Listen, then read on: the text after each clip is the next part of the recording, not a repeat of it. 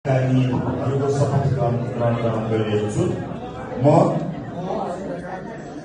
मुलुक र जनता तथा राष्ट्रिय स्वतन्त्र पार्टीको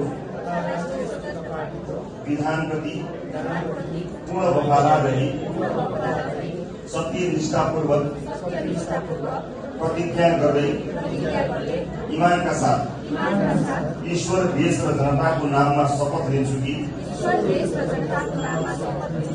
पार्टीप्रति पूर्ण वफादार हुँदै